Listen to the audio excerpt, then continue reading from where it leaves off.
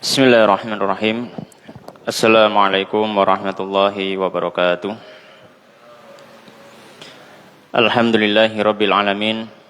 Wabihi nasta'inu ala umuri dunya waddin. Thumma salatu wassalamu ala ashrafil anbiya'i wal mursalin. Nabiyina wa habibina Muhammadin wa ala alihi wa ashabihi ajma'in. Wa man sara ala nahjihi ila yaumiddin. Rabbi shrah li sadri wa yassir li amri wahlul 'uqdatan min lisani yafqahu qawli.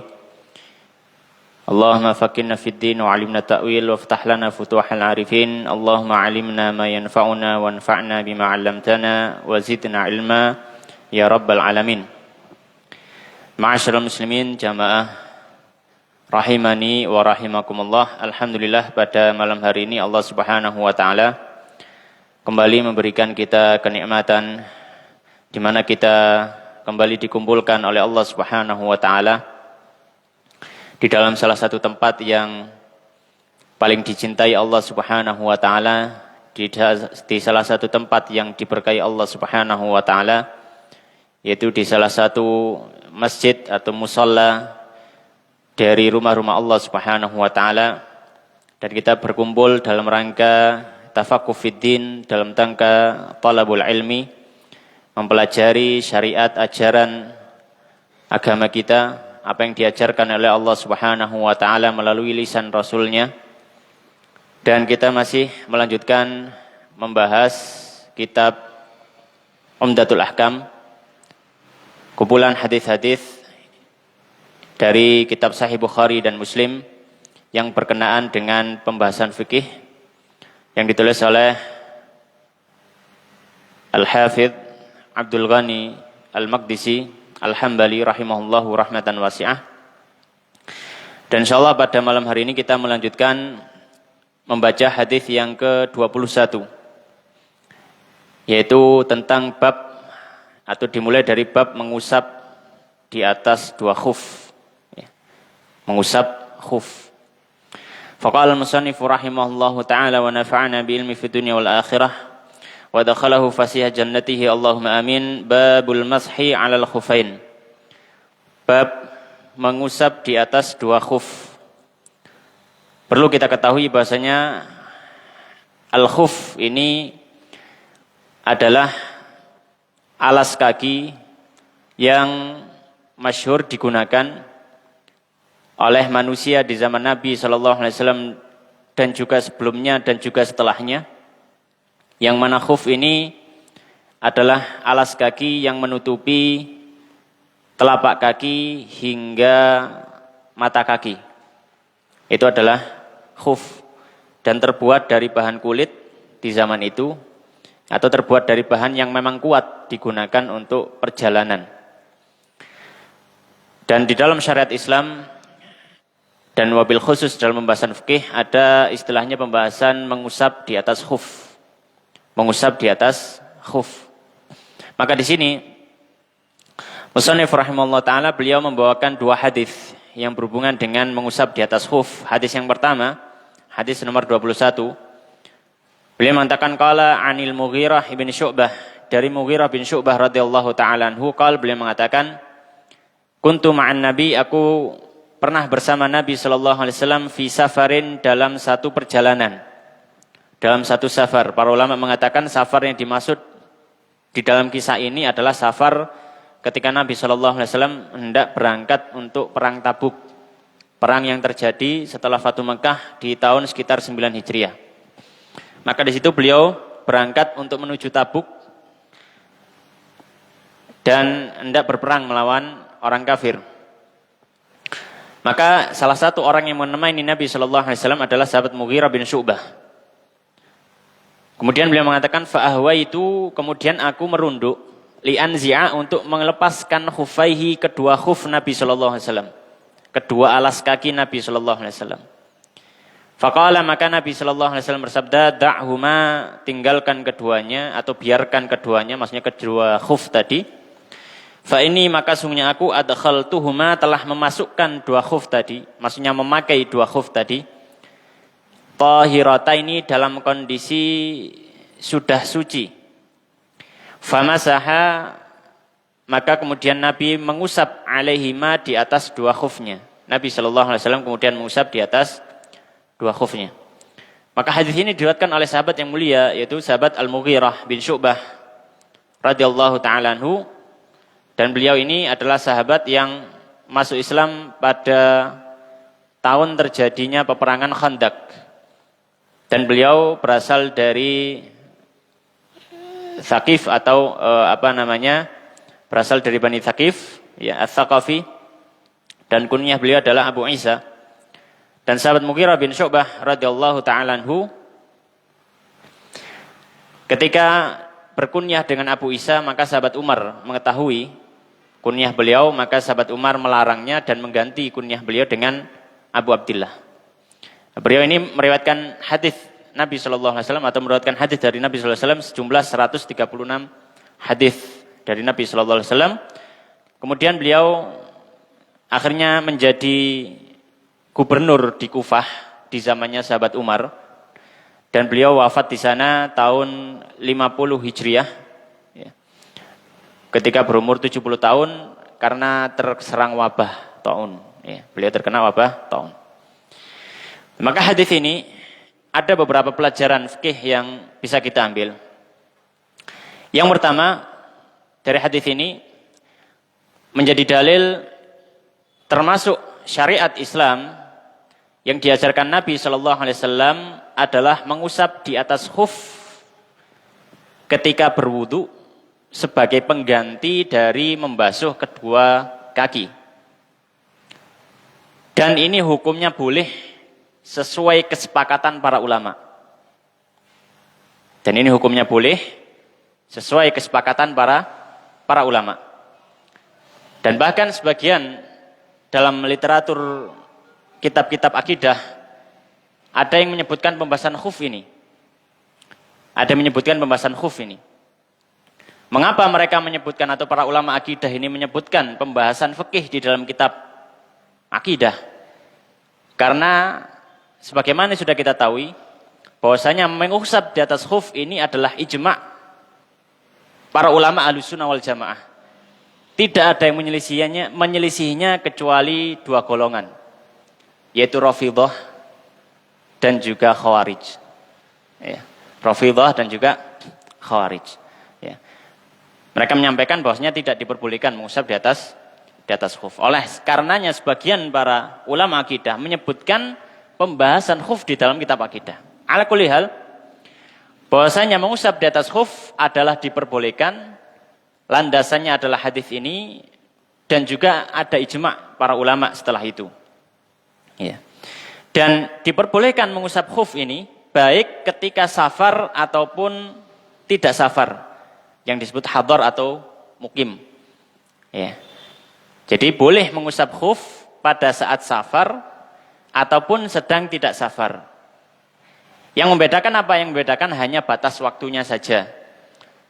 Kalau batas waktu mengusap khuf ketika tidak safar, maka hanya sehari semalam atau 24 jam. Tapi kalau saat safar, maka batas waktunya maksimal adalah 3 kali 24 jam atau 3 hari 3 malam. Setelah melewati batas waktu yang sudah ditentukan, maka harus membasuh kakinya. Kemudian baru boleh memakai khuf lagi. Taib. Kemudian ma'asyiral muslimin jamaah rahimani wa rahimakumullah. Pelajaran yang kedua atau pembahasan yang kedua yang berhubungan dengan hadis ini, para ulama membahas mana yang lebih utama. Mana yang lebih utama? Antara mengusap khuf atau melepasnya dan tetap membasuh kaki. Ya. Melepasnya atau membasuh kaki. Maka para ulama, para fuqaha berbeda pendapat. Jumhur ulama berpendapat yang lebih utama adalah membasuh ketika wudu. Sebagian ulama berpendapat mengusap khuf ini lebih utama. Mengusap khuf ini lebih utama. Tapi ini sebagian ulama. Tapi jumhur ulama berpendapat yang lebih utama adalah membasuh kaki secara normal. Ya, tidak mengusap khuf. Ya. Mengapa? Karena mengusap khuf ini boleh saja hukumnya. Boleh. Ya. Maka tentu saja seorang itu ketika melaksanakan ibadah, hendaknya dia melakukan dengan yang paling sempurna. Sedangkan mengusap khuf ini ada dalam tanda kutip.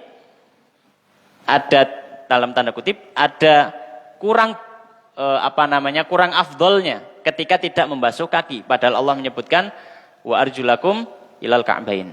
Dan basuhlah dua kaki kalian hingga dua mata kaki. Tapi ala kulli hal, para ulama berpendapat semacam itu. Ada khilaf. Ya, ada khilaf di antara para ulama. Baik. Akan tetapi para fuqaha memberikan catatan. Ya. Para fuqaha memberikan catatan. Terkadang mengusap khuf ini bisa menjadi lebih utama. Ya, terkadang mengusap khuf ini bisa menjadi lebih utama. Ya. Di antara contohnya yang disebutkan oleh para ulama adalah apabila dikhawatirkan kalau harus melepas khuf dan berwudu secara normal bisa ketinggalan sholat jamaah. Maka ini lebih afdal mengusap khuf. Lebih afdal mengusap khuf. Ya, itu yang disebutkan oleh para ulama, di antaranya Al-Khatib Asy-Syirbini dalam Al-Iqna' Syarah Matan Abu Syuja. Baik. Di antara juga yang mungkin ini menjadi lebih utama daripada mengusap adalah ketika kita ingin mengajarkan kepada orang lain. Ketika kita ingin mengajarkan pada orang lain. Ya, taruhlah mungkin ada ustadz, ada seorang guru, kiai, syekh bersama dengan muridnya sudah ngaji masalah mengusap di atas khuf tapi belum tahu prakteknya sama sekali. Maka kemudian di satu ketika gurunya ini wudu, kemudian tetap memakai khuf, kemudian diberitahu kepada yang lain begini cara mengusap khuf. Maka itu bisa lebih afdal. Ya, karena ada faktor eksternal yang mendukung orang itu untuk mengusap khufnya. Tapi kalau kembali kepada hukum asal, maka yang lebih afdal adalah berwudu secara normal. Baik. Kemudian ma'asyiral muslimin jamaah rahimani wa rahimakumullah. Pelajaran yang ketiga dari hadis ini, di situ Nabi SAW bersabda ketika sahabat Mughirah bin Syu'bah ingin melepas dua khuf Nabi SAW, Nabi bersabda, "Da'huma fa inni adkhaltuhuma tahiratain." Biarkanlah kedua khufnya itu jangan disentuh, jangan dilepas, karena aku sudah memasukkan kedua khuf itu, memasangkan kedua khuf itu dalam kondisi suci. Maksudnya sudah tidak berhadas. Maka di sini para ulama mempersyaratkan, boleh seseorang itu mengusap di atas khuf ketika dia batal wudu, kemudian ingin berwudu dengan syarat. Sebelum memakai khuf, dia sudah dalam kondisi suci secara sempurna. Dia sudah dalam kondisi suci secara sempurna. Maka kalau misalkan ada orang yang dia berhadas, lalu dia belum berwudu, sudah memakai khuf. Kemudian sudah mendekati waktu sholat, dia ingin wudu. Maka di sini dia tidak boleh mengusap khufnya. Mengapa? Karena khufnya dipakai dalam kondisi hadas. Dalam kondisi hadas. Bahkan para ulama menyebutkan, kalau bersucinya tidak sempurna pun, dia tidak boleh mengusap khuf. Seperti ketika orang wudu, ketika dia hadas, dia berwudu sebelum memakai khuf. Kemudian ketika membasuh kedua kakinya, maka dia basuh sebelah kanan, sebelah kiri belum dibasuh. Lalu dia sudah pakai khuf sebelah kanan. Sudah pakai khuf sebelah kanan. Maka ini khufnya terpakai sebelum sucinya sempurna. Kemudian setelah itu baru mengusap sebelah kiri. Maka sebelah kanan tadi terpakai dalam kondisi kaki sebelah kiri masih hadas. Maka nanti ketika dia mau berwudu dengan memakai khuf, dia tidak boleh membasuh kedua kakinya. Akan tetapi bagaimana? Dia harus membasuh, tidak boleh mengusap di atas khufnya. Tapi apa? Harus membasuh kedua kakinya. Mengapa? Karena syarat mengusap di atas khuf adalah khuf dipakai dalam kondisi suci dari hadas secara sempurna. Baik. Kemudian ma'asyiral muslimin jamaah rahimani wa rahimakumullah. Hadis yang berikutnya hadis yang ke-22. Qala wa an Hudzaifah bin Yaman, berkata dari sahabat Hudzaifah bin Yaman radhiyallahu taala anhuma, Qala beliau mengatakan kuntu ma'an Nabi, aku pernah bersama Nabi sallallahu alaihi wasallam, fabala, kemudian beliau kencing. Wa tawaddaa, kemudian lalu wudu. Wa masaha, dan beliau mengusap ala khufaihi, di atas dua khufnya. Mengusap di atas dua khufnya. Baik. Maka hadis ini diriwayatkan oleh sahabat yang mulia Hudzaifah bin Yaman radhiyallahu taala anhuma. Beliau menyampaikan suatu ketika Nabi sallallahu alaihi wasallam kencing, kemudian ketika berwudu beliau mengusap di atas khuf. Maka dari sini ada pelajaran, ya. Ada beberapa faedah dari hadis ini. Faedah yang pertama adalah bahwasanya khuf, mengusap khuf ini diperbolehkan hanya untuk bersuci hadas kecil saja, dalam kata lain hanya untuk wudu. Hanya untuk wudu. Maka kalau orang itu berhadas besar yang mengharuskan dia untuk mandi, maka dia harus melepas khufnya. Tidak boleh dia mandi besar, ya mandi wajib, tapi ketika waktunya membasuh kedua kaki dia cuma mengusap saja, maka tidak boleh. Maka hadis ini Nabi SAW fabala wa tawaddo'a. Ya, dan di semua kisah Nabi SAW bersamaan dengan mengusap khuf itu kisahnya ketika wudu saja. Ya, ketika wudu saja. Maka ini menjadi dalil. Dipersyaratkan boleh mengusap khuf hanya untuk wudu saja, bukan untuk mandi wajib. Ya. Baik. Ini yang dibahas atau yang ingin disampaikan oleh Musannif rahimahullah taala. Sebenarnya masih banyak beberapa hal yang berkenaan dengan masalah khuf. Akan tetapi beliau tidak menyebutkan hadisnya di sini, ya, tidak menyebutkan hadisnya di sini seperti masalah tata caranya dalam hadisnya sahabat Ali ataupun tentang muddah, tentang ukuran waktu, ya, kapannya. Tapi tadi sudah kita singgung tentang masalah waktunya. Baik. Kemudian ya untuk pembahasan rincinya bisa kita lihat dalam pembahasan fikih. Kemudian berikutnya adalah bab yang baru. Qala al-musannif rahimallahu taala babun, bab fil madhi, dalam masalah madhi. Ya. Dalam masalah madhi. Wa ghairihi, dan selain madhi. Ya, di sini beliau mulai membahas tentang masalah najis. Di sini beliau mulai membahas masalah apa? Najis. Baik. Maka hadis yang disebutkan dalam bab ini yang pertama adalah hadisnya sahabat Ali radhiyallahu taala anhu. Itu hadis yang ke-23. Qala al-musannif rahimallahu taala an Ali bin Abi Thalib, dari sahabat Ali bin Abi Thalib radhiyallahu taala anhu qala, beliau mengatakan, kuntu, aku, rajulan, adalah seorang laki-laki yang madzaan, sering mengeluarkan air madhi. Sering mengeluarkan air madhi. Ya. Air madhi sendiri, kalau dari segi bahasa dulu, ya, madhi ini bisa bacanya madhyun, bisa bacanya madhiyun. Ya. Ada yang baca madhyun, ada yang bacanya madhiyun. Nah, apa madhi itu?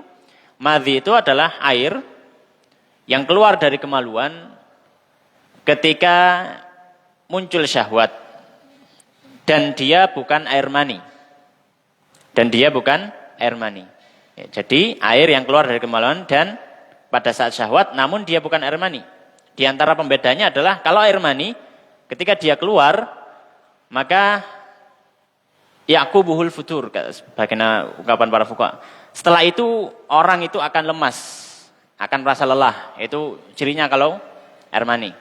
Tapi kalau air madhi, maka tidak. Ya. Orang tersebut biasa saja. Baik. Dan di antara ciri kalau air mani keluarnya mutadafik, dengan memancar. Ya. Imma'in dafik dalam surat At-Tariq. Ya. Imma'in dafik, dari air memancar. Tapi kalau madhi tidak. Ya. Air madhi tidak memancar. Baik. Ala kulli hal, maka sahabat Ali bin Abi Thalib radhiyallahu ta'ala anhu, beliau mengatakan, kuntu rajulan madza'an. Aku dahulu adalah orang yang banyak atau sering mengeluarkan air madhi. Fastahya itu, maka aku malu an as'ala untuk bertanya Rasulullah kepada Rasulullah sallallahu alaihi wasallam. Lima kanati ibnatihi, karena kedudukan putri beliau minni dariku. Maksudnya apa? Maksudnya karena putrinya Nabi itu istrinya sahabat Ali. Ya. Maka sahabat Ali malu untuk bertanya langsung masalah seperti ini kepada mertuanya, yaitu Nabi sallallahu alaihi wasallam. Fa'amartu, maka aku memerintahkan Al-Miqdad ibn Al-Aswad, Miqdad bin Aswad, sahabat yang lain radhiyallahu ta'ala anhu, fasa'alahu, maka Miqdad bertanya kepada Nabi. Faqal, maka Nabi bersabda, yaghsilu dzakarahu, hendaknya atau dia mencuci atau membasuh zakarnya, kemaluannya, wa yatawaddau, kemudian dia berwudu.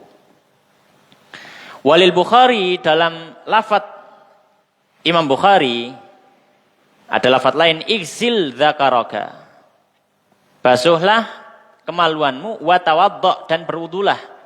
Ya, maka di sini ada perintah, ada amr, igsil. Wali Muslimin, dan dalam lafadz Imam Muslim disebutkan tawadda, berwudulah, wandah farjak, kemudian ciprati dengan air farjimu atau kemaluanmu.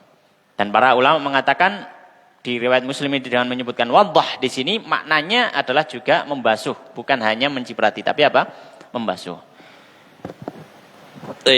Maka hadis ini muttafaq alaih, dan beberapa lafaz tadi hanya diriwayatkan Bukhari dan ada yang diriwayatkan hanya Imam Muslim. Maka hadis ini memberikan beberapa pelajaran kepada kita. Di antaranya yang pertama, hadis ini menjadi dalil bahwasanya madhi hukumnya adalah najis. Ya. Najis hukumnya adalah madhi hukumnya adalah najis. Dari mana diketahui? Dari sabda Nabi sallallahu alaihi wasallam, yaksil dzakarahu. Riwayat lain iksil dzakarak. Riwayat lain wandah farjak. Semuanya mengarah kepada membasuhnya dengan air. Para ulama mengatakan, para fuqaha mengatakan, ya, sesuatu kalau diwajibkan membasuhnya dengan air dalam mensucikannya atau membersihkannya, itu salah satu tanda bahwasanya barang tersebut najis. Salah satu tanda barang tersebut najis ketika diperintahkan menggunakan air untuk membersihkannya. Ya. Maka di sini Nabi Shallallahu Alaihi Wasallam memerintahkan sahabat Ali untuk mensucikan kemaluannya, mengeluarkan madhi tadi dengan air. Maka ini salah satu ciri bahwasanya madhi adalah najis. Ya. Madhi adalah najis. Baik. Kemudian pelajaran yang kedua, ya, dari hadis ini, ya. Para ulama sepakat keluarnya madhi tidak menjadi penyebab mandi besar, maka dia bukan hadas besar. Ya. Maka keluarnya madhi tidak menjadi penyebab orang itu harus mandi besar atau mandi wajib, karena madhi bukan penyebab mandi wajib. Diketahui dari mana? Diketahui dari sabda Nabi Sallallahu Alaihi Wasallam, yaksil dzakarahu wa tawaddo. Hendaknya dia mencuci kemaluannya, kemudian dia berwudu. Kalau seandainya madhi ini hadas besar, Nabi tidak mungkin menyuruh hanya wudu. Nabi pasti menyuruh mandi, tapi Nabi di sini menyuruh wudu. Maka madhi bukanlah penyebab hadas besar. Ya. Dan ini disebutkan oleh para ulama, dia mujma' alaih. Ini adalah ijma' para ulama bahwasanya madhi bukan penyebab hadas besar. Baik. Kemudian, ma'asyiral muslimin, jamaah rahimani wa rahimakumullah. Pelajaran yang ketiga, ada satu permasalahan. Tentang masalah istijmar daripada madhi, ya. Istijmar daripada madhi. Ya. Bolehkah membersih atau bolehkah beristijmar dari keluarnya madhi? Kita sudah kalau tidak salah pernah menyinggung masalah istijmar. Istijmar itu, ya, adalah membersihkan kemaluan ataupun dubur dengan selain air, ya, dengan batu atau yang sehukum dengan batu seperti tisu atau yang semisalnya. Ya. Maka di sini ada khilaf, ya, dari para fuqaha. Ya. Pendapat pertama mengatakan tidak boleh. Harus menggunakan air. Ya. Alasannya apa? Ya mereka berdalil dengan hadis ini. Nabi sallallahu alaihi wasallam memerintahkan untuk mencuci, membasuh dengan air. Ya, membasuh dengan air. Taib. Ini pendapat yang pertama. Ya. Kemudian pendapat yang kedua mengatakan boleh istinja atau istijmar. Tapi ini kita perhatikan, ini konteksnya istijmar. Istijmar itu hanya berlaku pada tempat keluarnya hal tersebut, yaitu di kemaluannya. Maka kalau madhi sudah kena benda lain, atau sudah terkena ke daerah lain selain kemaluannya, maka tidak boleh. Karena dia najis, hukumnya tetap pakai air. Maka ini hanya berlaku untuk apa? Di kemaluannya saja. Ya, sama seperti cebok gitu loh.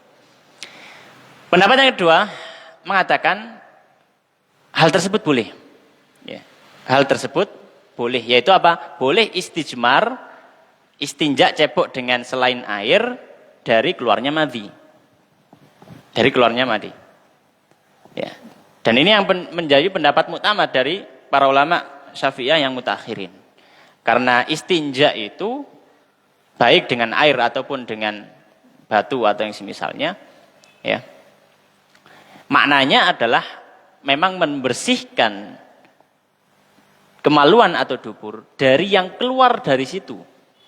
Ya, dari yang keluar dari situ. Tanpa melihat yang keluar itu apa. Yang penting dia najis, yang keluar itu. Yang penting apa? Dia najis. Ya. Baik, maka kulihal ada khilaf di antara para fuqaha. Ya, kalau misalkan mau lebih nyaman, ya, tidak ada keraguan, ya mungkin langsung dibasuh dengan air. Tapi kalau misalkan milih pendapat kedua, maka boleh dia diistinja dengan tisu atau yang semisalnya. Wallahu taala alam. Taib. Ma'asyiral muslimin jamaah rahimani wa rahimakumullah. Ya.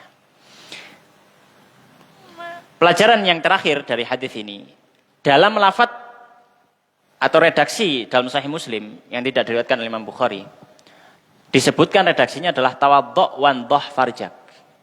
Wudulah dan cucilah atau cipratilah dengan air pada kemaluanmu. Berbeda dengan riwayat sebelumnya, Nabi SAW menyebutkan wudu dulu baru menyebutkan lafaz wandhah farjak. Baru menyebutkan membersihkan kemaluannya. Oleh karenanya, para fuqaha mengatakan, ya, diperbolehkan seseorang berwudu terlebih dahulu sebelum dia istinja. Sebelum dia istinja. Boleh. Apakah sah? Sah. Dia belum istinja, tetap sah. Karena badan terkena najis itu tidak membatalkan wudu. Badan terkena najis itu tidak membatalkan wudu. Yang membatalkan wudu itu apa? Yang membatalkan wudu adalah keluarnya najis. Atau keluarnya sesuatu, nggak harus najis ya. Keluarnya sesuatu dari dubur atau kemaluan. Maka kalau sudah selesai keluarnya, selesai hadatnya. Maka kalau selesai hadatnya, silakan dia berwudu. Namun nanti diperhatikan ketika istinja setelah wudu, kalau dia sampai menyentuh zakarnya atau menyentuh duburnya, lubang duburnya, ya, dengan telapak tangan bagian dalam, maka wudunya batal. Dia harus balik wudu lagi. Karena itu termasuk pembatal wudu. Ya. Jadi kalau secara asal apakah boleh? Boleh saja. Karena Nabi SAW dalam lafaz Muslim menyebutkan wudu, kemudian baru menyebutkan membasuh zakarnya. Dan juga dengan dalil logika atau akli tadi. Baik. Kemudian berikutnya, ma'asyiral muslimin jamaah rahimani wa rahimakumullah. Pembahasan yang berikutnya hadis yang ke-24. Qala wa an Abbad ibn Tamim. Dari Abbad bin Tamim, an Abdullah ibn Zaid ibn Asim al-Mazini. Dari sahabat Abdullah bin Zaid bin Asim al-Mazini radhiyallahu ta'ala anhu, beliau mengatakan, syukiya diadukan ilan Nabi kepada Nabi sallallahu alaihi wasallam, ar-rajulu, ada seorang laki-laki, yukhayyalu, yang dia diberikan khayalan, diberikan was-was, gampangannya gitu, was-was. Ilaihi kepada orang tadi, annahu bahwasanya dia yajidu mendapati asyai'a sesuatu fi sholati dalam sholatnya. Maksudnya apa? Ketika dia sholat, dia diberikan was-was. Sepertinya tadi keluar kentut. Sepertinya tadi keluar sesuatu. Diberikan was-was. Seolah-olah dia batal wudunya.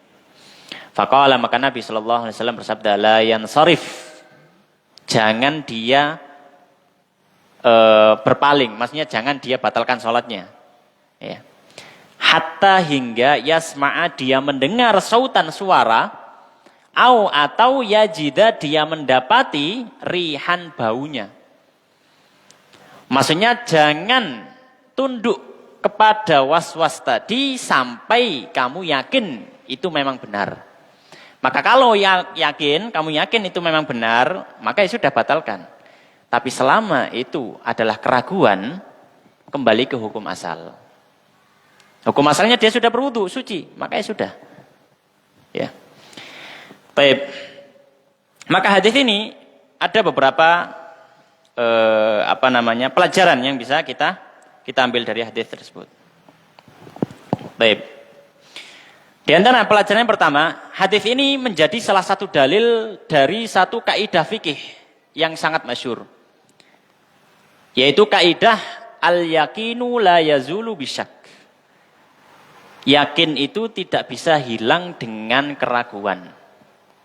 Yakin tidak bisa hilang dengan keraguan. Maka ada sesuatu yang kita yakin. Kemudian kita ragu. Apakah ragu tadi bisa membatalkan keyakinan? Tidak. Sebagaimana hadis tadi menyebutkan. Orang itu yakin dia wudu. Kalau nggak yakin dia nggak mungkin sholat. Ragu kan. Berarti dia yakin dia suci dari hadas. Kemudian setelah itu dia ragu. Dia hadas atau tidak. Maka kaidah mengatakan selama dia ragu, al-yaqinu la yazulu bisyak. Keyakinan itu tidak hilang dengan keraguan. Maka kalau ada yakin dan ragu, yang menang adalah yakinnya. Ragunya dibiarkan. Ya, ragunya apa? Dibiarkan. Ya. Dan ini terkadang menjadi penyakit bagi beberapa orang yang ditimpa penyakit was-was. Ya, semoga Allah melindungi kita dari penyakit itu. Karena penyakit ini penyakit yang cukup merepotkan juga. Penyakit yang cukup merepotkan juga. Ya, kami juga memiliki ada seorang teman gitu yang sering curhat masalah was-was gitu.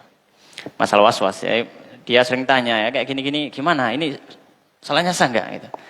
Ya, kemudian kayak gini-gini kayaknya keluar tapi saya enggak yakin keluarnya apa, gimana sah atau enggak, ya. Maka kaidahnya tadi, kita harus megang dengan kaidah tadi. Al-yaqinu la yazulu bisyak. Selama itu ada keraguan dan kita ada keyakinan, maka jangan menoleh kepada keraguan. Ya. Itu tadi nanti akan menimbulkan apa? Was-was. Di situ pintu setan akan masuk. Pintu setan akan masuk. Baik. Kemudian pelajaran yang kedua, ya. Pelajaran yang kedua dari hadis ini, ya. Dalil hadis ini menjadi dalil bahwasanya kentut itu menjadi pembatal wudu.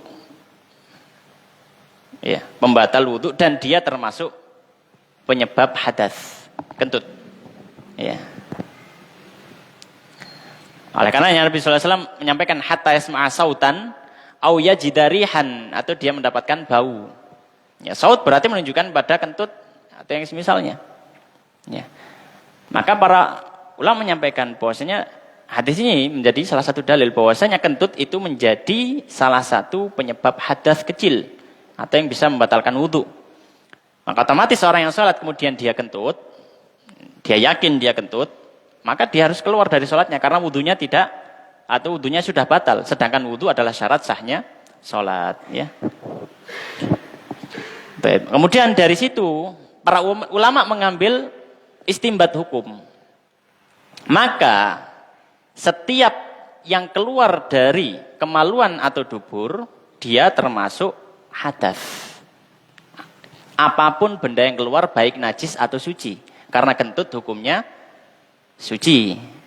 Kentut nggak najis. Ya, tangan kita kena kentut misalkan, nggak perlu dibasuh dengan air, nggak perlu dibasuh dengan air karena kentut itu suci. Karena dia angin dan angin tidak najis. Ya. Ya. Oleh karena para ulama mengatakan bahwasanya yang menjadi penyebab hadas kecil adalah keluarnya sesuatu dari dubur ataupun kemaluan, baik bendanya najis ataupun suci. Mana dalilnya suci? Kentut. Ya. Baik. Ma'asyiral muslimin jamaah rahimani wa rahimakumullah. Ya. Kemudian pembahasan berikutnya hadis yang ke-25 qala wa an Ummi Qais binti Mihsan, dari Ummu Qais binti Mihsan al-Asadiyah radhiyallahu taala anha, annaha bahwasanya dia datang bi ibnin dengan membawa anak laki-laki laha miliknya, maksudnya putranya, sagirin yang masih kecil. Lam yakul, dan anak tadi belum makan at-ta'ama makanan. Maksudnya belum makan selain ASI. Ya, belum mendapat asupan makanan selain ASI. Dia datang ila Rasulillah, kepada Rasulullah sallallahu alaihi wasallam. Fa'ajlasahu, kemudian Nabi sallallahu alaihi wasallam mendudukkan balita tadi atau bayi tadi fi hijrihi, di pangkuan Nabi. Hijr itu adalah di depan, di hadapan seseorang. Ya, jadi hijrihi di sini maksudnya adalah pangkuan Nabi sallallahu alaihi wasallam. Ya. Fabala, kemudian bayi tadi kencing ala thaubihi, di atas pakaiannya Nabi sallallahu alaihi wasallam. Fada'a, maka beliau meminta atau menyuruh orang lain untuk meminta bima'in, dengan air. Fanadahahu, kemudian beliau mencipratkan air tadi ala thaubihi, atas pakaian beliau. Walam, dan beliau tidak yaghsilhu, membasuh pakaiannya. Ya, membasuh pakaiannya. Baik. Ini adalah hadis yang ke-25. Ya, hadis yang ke-25. Sebenarnya hadis ke-26 juga masih satu pembahasan tentang masalah kencingnya bayi. Tapi di sini nanti ada faedah yang berbeda. Baik. Kita lihat dulu hadis yang ke-25. Hadis yang ke-25 ini diriwayatkan oleh Ummu Qais. Ummu Qais ini salah seorang sahabat wanita yang mana para ulama ahli tarikh itu mengatakan tidak ada yang tahu namanya siapa. Ya, diketahui namanya siapa. Ya diketahui Ummu Qais gitu saja. Tapi Ummu Qais ini kan ummu itu kan kunyah. Tapi enggak diketahui namanya siapa. Ya, jadi Ummu Qais. Dan Ummu Qais ini adalah saudarinya Ukasyah, ya. Saudarinya Ukasyah. Ya, Ibni Mihsan. Ya, saudaranya Ukasyah Ibni Mihsan. Ukasyah itu yang di hadisnya Nabi sallallahu alaihi wasallam bahwasanya ada orang-orang yang mereka masuk surga tanpa hisab wala azab. Ya. Di antaranya mereka alladzina la yastarqun wa la yatatayyarun wa 'ala Allah yatawakkalun. Ya. La yastarqun wa la yakun wa la yatatayyarun wa 'ala Allah yatawakkalun. Begitu Nabi sallallahu alaihi wasallam menyampaikan. Bosnya mereka itu adalah orang yang tidak meminta untuk diruqyah dan tidak berobat dengan kai, dengan besi panas, kemudian mereka tidak tatayur, tidak memiliki akidah kesialan yang dinisbatkan kepada benda-benda tertentu yang tidak ada landasannya. Dan mereka bertawakal kepada Allah Subhanahu wa taala. Maka ada yang mengangkat tangan dari sahabat Nabi, dan ternyata yang mengangkat tangan adalah Ukasyah. Ukasyah ini saudaranya Ummu Qais. Ukasyah mengangkat tangan, kemudian menyampaikan, "Ya Rasulullah, ud'u li minhum." Ya Rasulullah, doakan aku supaya masuk ke dalam golongan mereka yang bisa masuk surga tanpa hisab, tanpa adab. Maka Nabi menyampaikan, anta minhum, kamu termasuk mereka. Ada sahabat lain yang berdiri lagi atau mengangkat tangan dan mengatakan hal yang sama, ya Rasulullah, doakan saya juga. Maka beliau menyampaikan, sabaqaka biha Ukasyah. Kamu sudah didahului oleh Ukasyah. Ummu Qais ini adalah saudarinya sahabat Ukasyah radhiyallahu taala anhu. Ya. Dan Ummu Qais ini termasuk sahabat perempuan yang dia masuk Islam ketika masih di Mekah dan ikut hijrah ke Madinah. Ikut hijrah di Madinah. Baik. Alhamdulillah Ummu Qais ini punya anak laki-laki yang masih kecil, belum makan makanan selain ASI. Datang kepada Nabi, ya mungkin minta didoakan pada Nabi sallallahu alaihi wasallam, ya. Doa orang soleh termasuk tawasul yang diperbolehkan, ya. Meminta doa kepada Nabi sallallahu alaihi wasallam untuk anaknya, itu saja. Taib. Maka hadis ini ada beberapa pelajaran yang berhubungan dengan fikih. Yang pertama, hadis ini menjadi dalil tentang najisnya kencing bayi laki-laki. Najisnya kencing bayi laki-laki. Ya. Baik. Dari mana tahu itu najis? Karena tadi Nabi menggunakan air. Kaidah yang sebelumnya kita bahas di awal pembahasan, bahwasanya salah satu ciri benda itu najis adalah ketika membersihkannya butuh kepada air. Nabi di sini menggunakan air, maka dia najis. Dan para ulama mengatakan najisnya kencing bayi laki-laki itu najis mukhaffafah. Najisnya najis ringan. Kenapa kok ditambahi ada catatan ringan? Karena membersihkannya tidak seperti najis pada umumnya. Karena di sini dia hanya cukup menciprat, tidak sampai menyiram. Maka dilihat ringannya dari situ, dari cara membersihkan. Ya, baik. Kemudian dalam najis mukhaffafah ini ada beberapa syarat yang bisa kita ambil dari hadis ini. Yang pertama, itu hanya berlaku untuk kencing saja.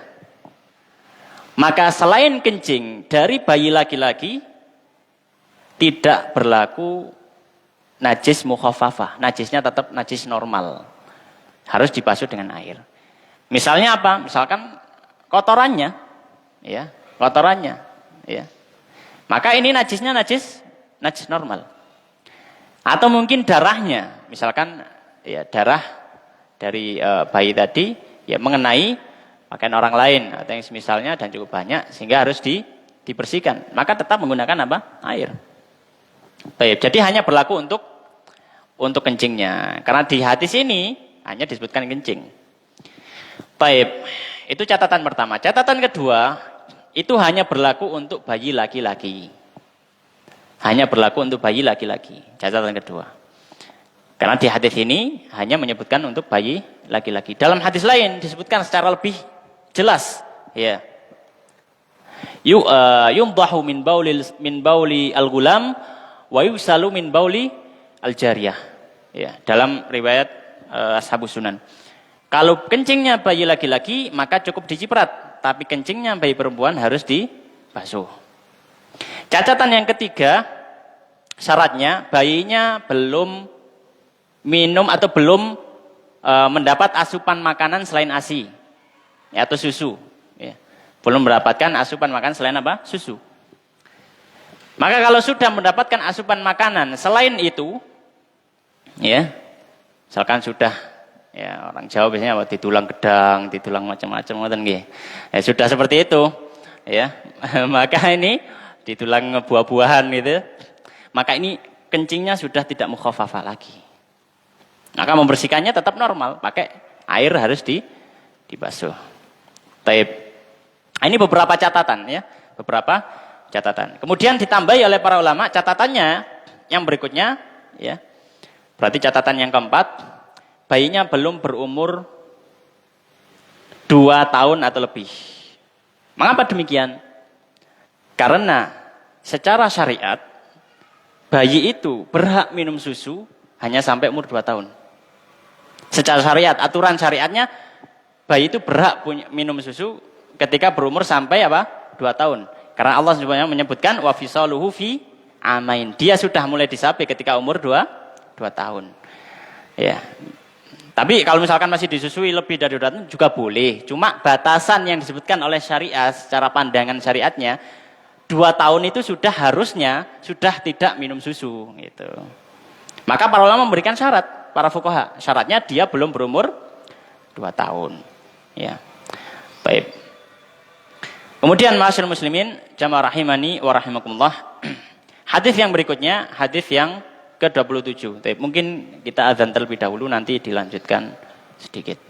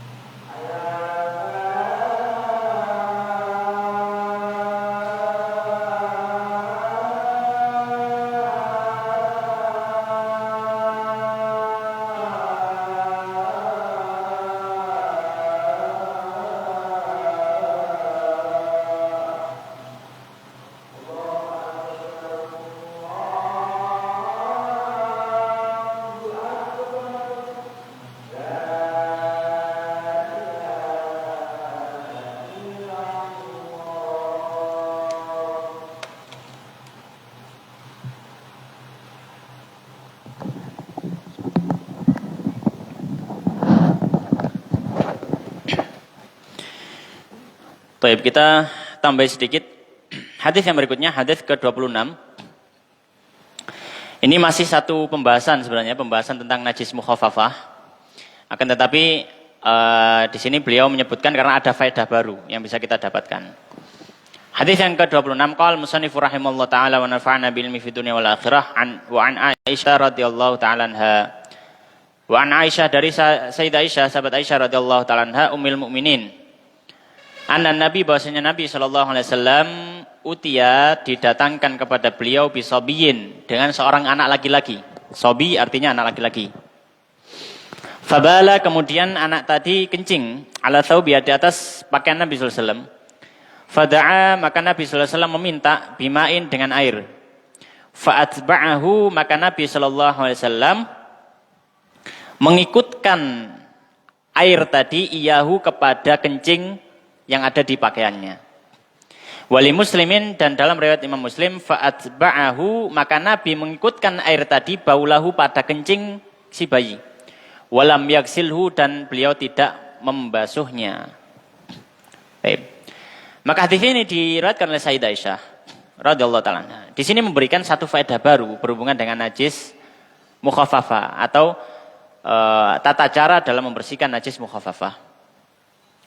Yaitu sebenarnya cukup untuk diciprat dengan air. Cukup diciprat dengan air, tidak sampai menuangkan air. Hanya diciprati dengan tangan saja, ini cukup. Namun dengan satu syarat yang disebutkan di hadis ini.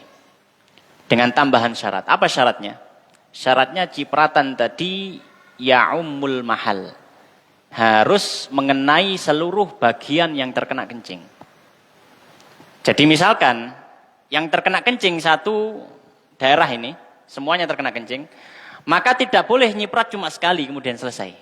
Ini nggak cukup. Terus bagaimana? Diciprati semuanya sampai merata.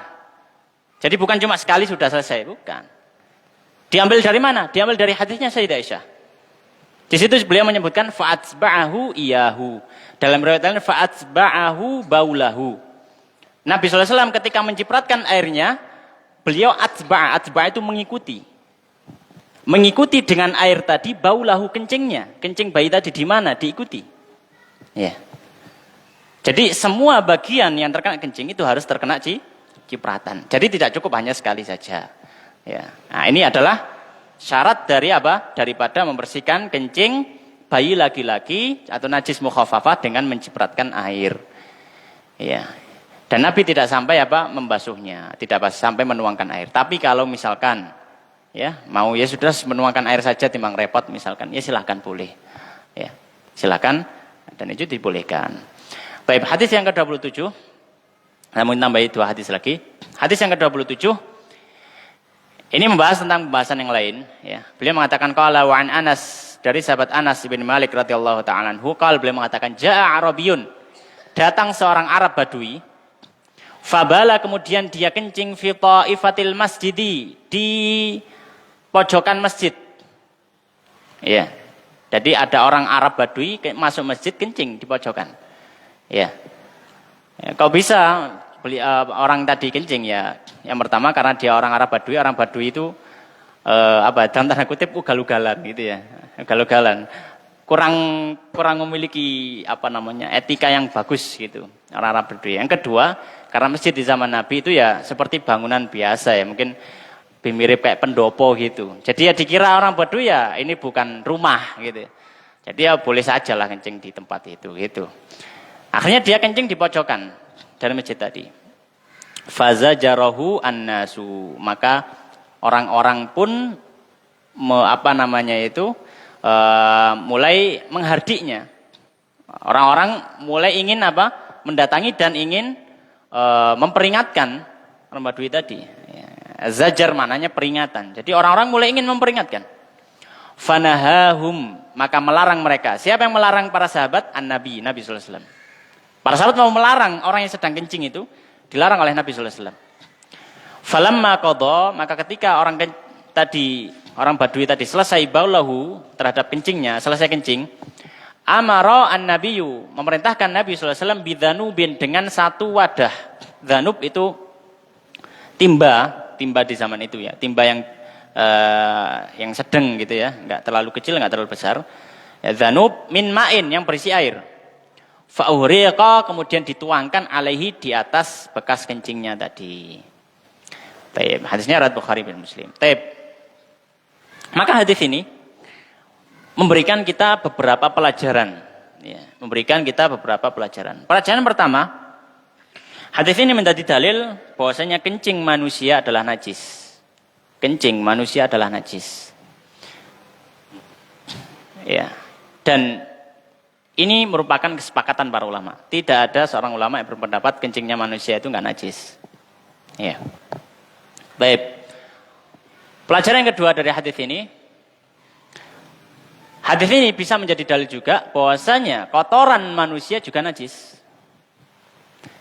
Dalilnya apa? Dalilnya adalah kias kepada hadis ini. Jadi bukan langsung diambil dari redaksi hadis, tapi ada kias di situ. Ya. Ya.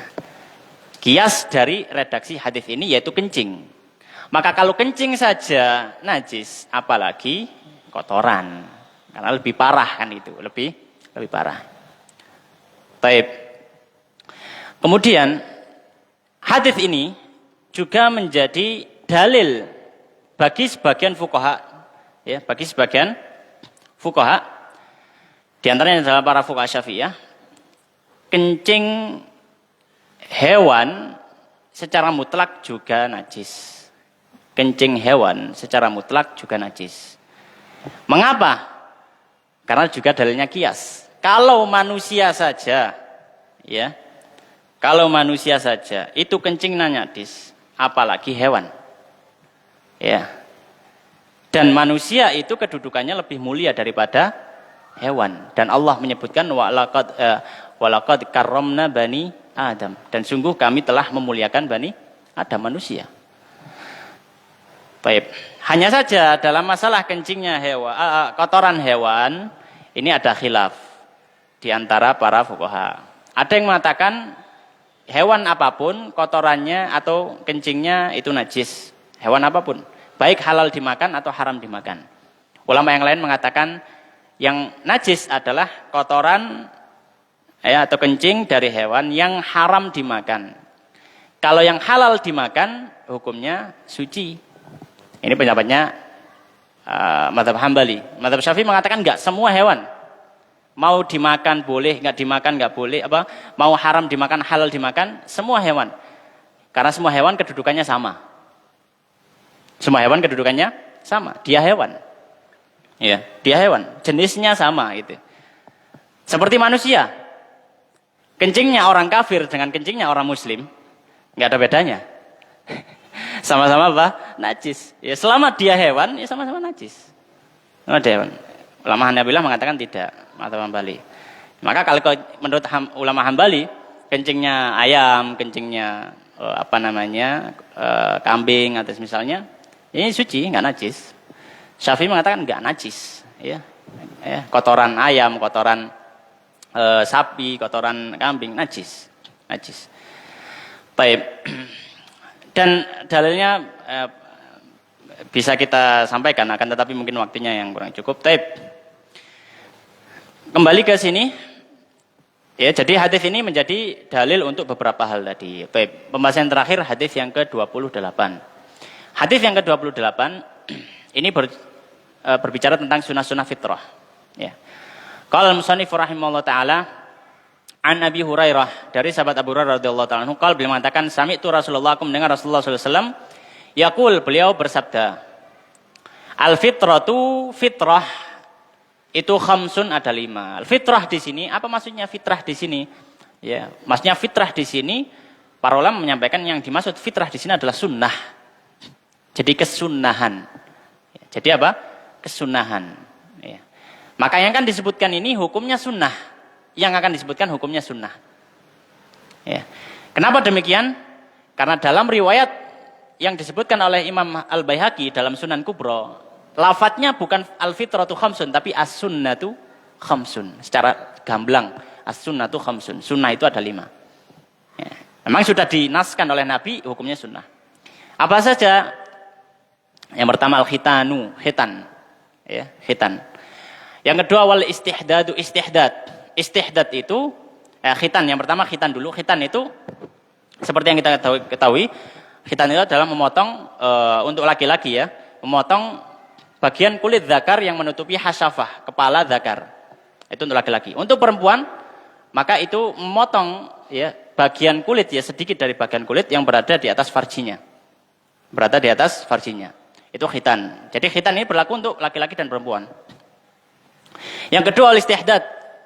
Atau istihdad disebutkan oleh para ulama, istihdad ini adalah mencukur bulu kemaluan, yaitu bulu yang tumbuh di sekitar kemaluan, baik laki-laki atau perempuan. Ini istihdad. Yang ketiga waqasus syarib, dan memotong kumis. Memotong apa? Kumis. Asyarib itu adalah bulu yang tumbuh di atas bibir bagian atas, ini syarib. Ya, ini syarib. Baik. Yang keempat wa taklimul adfar, dan memotong kuku. Taklim, ya. Taklim al-qalm, al-qalm itu maknanya adalah memotong. Memotong kuku. Ya. Dan yang dimaksud kuku di sini adalah kuku yang sudah melewati batas jari. Kuku yang sudah melewati batas jari, itu yang dimaknai dengan memotong kuku, gitu ya. Yang terakhir, yang kelima adalah wanatful ibti, dan mencabut bulu ketiak. Mencabut bulu ketiak. Maka hadis ini ada beberapa faedah. Faedah yang pertama, Faedah yang pertama, tentang masalah hukum khitan. Ini ada khilaf. Ada khilaf. Ada yang berpendapat, pendapat pertama mengatakan, khitan ini hukumnya sunnah secara mutlak. Sunnah secara mutlak, tidak wajib. Ya. Kenapa? Karena dia disebutkan dalam rentetan sunnah-sunnah. Disebutkan dalam rentetan sunnah-sunnah. Maka hukumnya mutlak. Ya, sunnah juga. Ya, khitan. Baik laki-laki atau perempuan. Baik laki-laki ataupun perempuan. Ya, ini pendapat yang pertama. Pendapat yang kedua menyatakan khitan ini hukumnya wajib secara mutlak. Baik laki-laki atau perempuan. Baik laki-laki atau perempuan. Ini pendapatnya Imam Syafi'i, pendapatnya mazhab Syafi'i. Mutlak laki-laki atau perempuan wajib. Landasannya apa? Ya, landasannya ada beberapa hal, di antaranya adalah untuk mengikuti Nabi Ibrahim alaihissalam. Di mana Nabi Ibrahim alaihissalam, beliau diperintahkan untuk berkhitan ketika umur sudah tua, bahkan khitannya dengan menggunakan kapak. Ya, bil qadum, dalam riwayat sahih. Kapak saking alote ngoten nggih. Jadi menggunakan kapak. Dan syarat Islam menyampaikan, ya, bahwasanya bagian tubuh manusia itu hukum asalnya adalah terhormat, tidak boleh dilukai. Kalau sampai syariat itu memperbolehkan untuk melukai, itu menunjukkan dia wajib. Iya. Baik. Memukul wajah atau memukul tangan kita, menyakiti diri kita, menyayat diri kita. Iya. Maka hukumnya adalah haram. Kenapa? Karena kita melukai tubuh kita. Sedangkan tubuh kita itu bukan milik kita. Kata para fuqaha. Tubuh manusia itu bukan milik manusia. Miliknya Allah. Maka nggak punya hak untuk ngotak-atik. Gitu. Nggak punya hak untuk melukai, apalagi melukai. Maka kalau Nabi Ibrahim diperintahkan, dan kita diperintahkan untuk mengikuti Nabi Ibrahim. Nabi Ibrahim diperintahkan untuk memotong bagian tubuhnya. Secara sadar, secara sengaja. Ya. Maka di situ menunjukkan itu wajib. Baik, bagaimana dengan hadis ini yang menyampaikan ini sudah masuk dalam rentetan sunnah, disebutkan dalam sunnah-sunnah. Maka para ulama Syafi'iyah menjawab, tidak masalah disebutkan sesuatu yang wajib di antara rentetan sunnah. Alasannya apa ulama Syafi'iyah? Alasannya Allah Subhanahu wa taala menyampaikan dalam Al-Qur'an. Kulu min thamarihi idza asmara wa'tu haqqahu yauma hasadih. Dalam masalah zakat pertanian. Allah menyampaikan di situ menggunakan dua kata perintah. Yang pertama kulu, makanlah. Yang kedua waktu haqqahu, dan berikan haknya, berikan zakatnya. Allah menggandengkan antara makan dengan membayar zakat. Makan hasil panen hukumnya boleh. Ya, makan hukumnya boleh. Memberikan hasil panen, zakat hasil panen hukumnya wajib.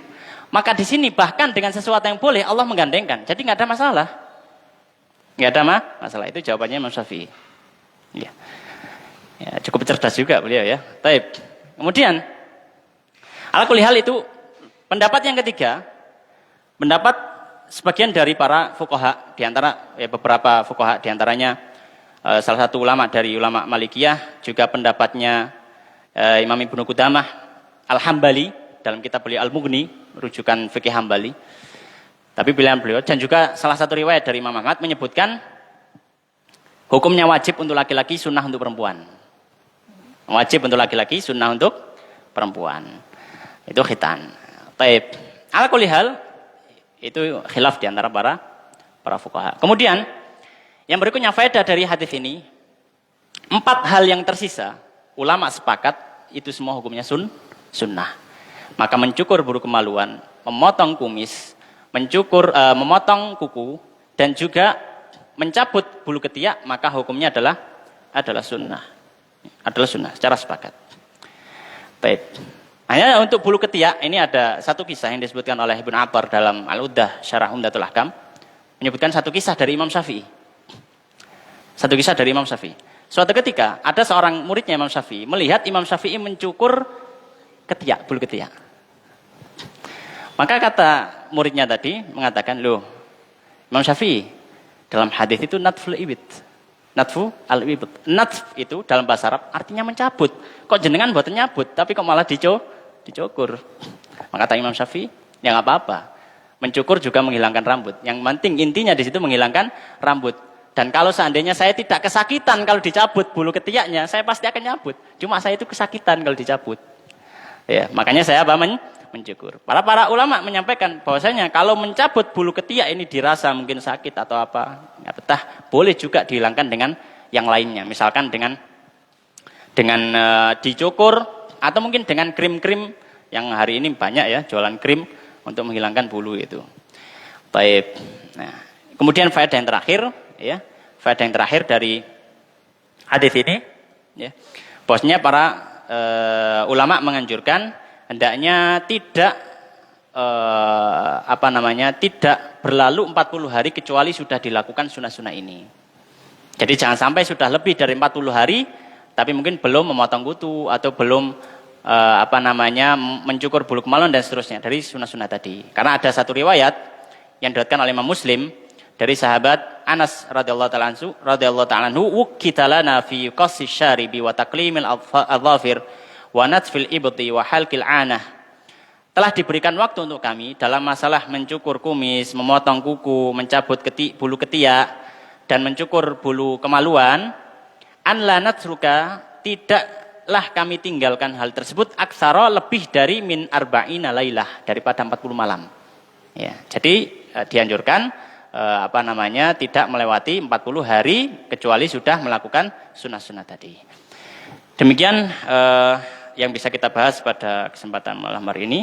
Wallahu ta'ala alam wa sallallahu wa sallim wa barik ala nabiyina Muhammadin wa ala alihi wa ashabihi ajma'in. Kita tutup dengan doa kafaratul majelis. Subhanakallahumma wa bihamdika asyhadu an la ilaha illa anta astaghfiruka wa atubu ilaik. Wa akhiru da'wana alhamdulillahirabbil alamin. Assalamualaikum warahmatullahi wabarakatuh.